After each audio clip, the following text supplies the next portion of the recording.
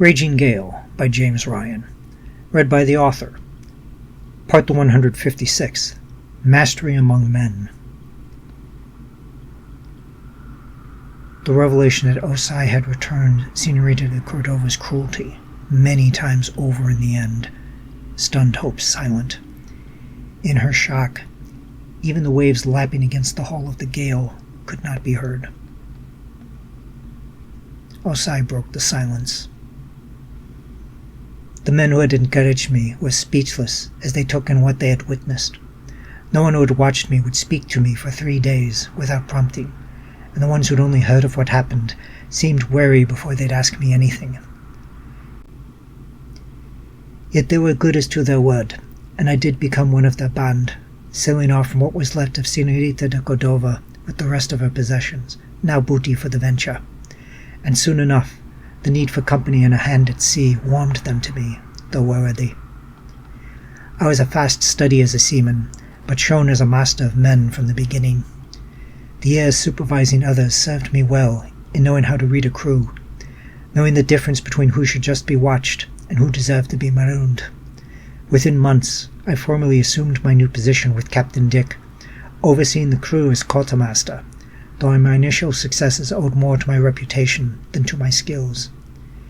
It was only as men mustered out and were replaced by others going on the account that my skills mattered more than my reputation, and was noticed by one man in particular.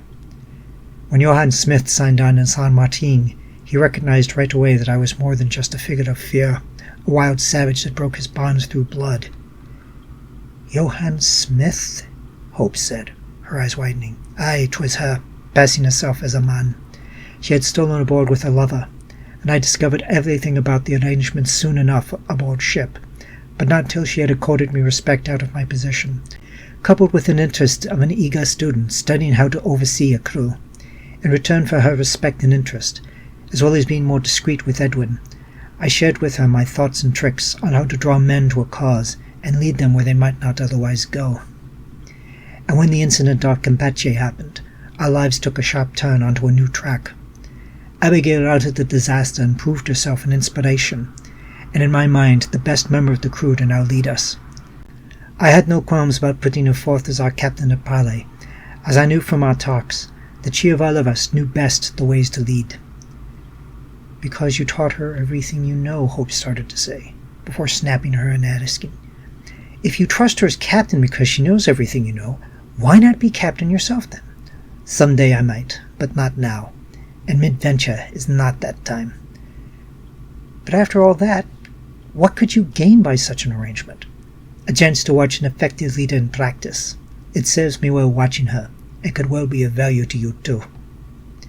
Once again, Osai's fingers closed Hope's open mouth. Thank you for taking this moment with me. If you want to keep up with new chapters as they get posted, please subscribe to the channel and click the bell icon for notifications for when pieces go up.